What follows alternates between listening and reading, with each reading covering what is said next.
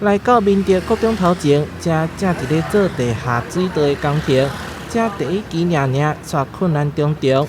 112年6月15号动工，原本预计365个工作日，也毋过当中发现小爆门城遗址先停工，后壁佫面临第二个关卡，就是需要台电刷地下管线。才有办法施作地下箱涵。咱发现讲，因为台电这个地下公路的部分，伊拢总有2阶段，第一阶段是7条溃线，一部分是4条溃线，所以这拢是非常艰难一个工程。所以今仔日去到现场，特别确认讲，咱水利局伫咱。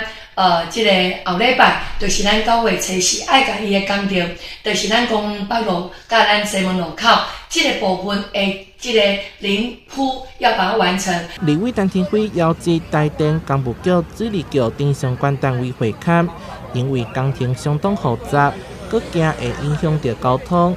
会中协调确认水利局甲台电施工期的时间，同时要求工务局爱配合。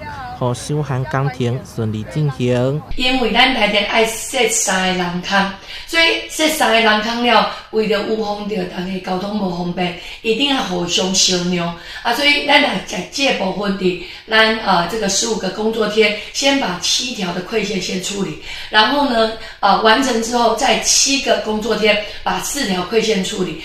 在9月底把所有台电的工作完成，然后交给水利局。后小施工期至少爱2个月，陈天辉强调，上慢伫11月底进前，爱甲所有西门路3段甲公园北路修涵工程完工，除了解决当地饮水问题，卖当量早恢复交通。台南新闻所在采访报道。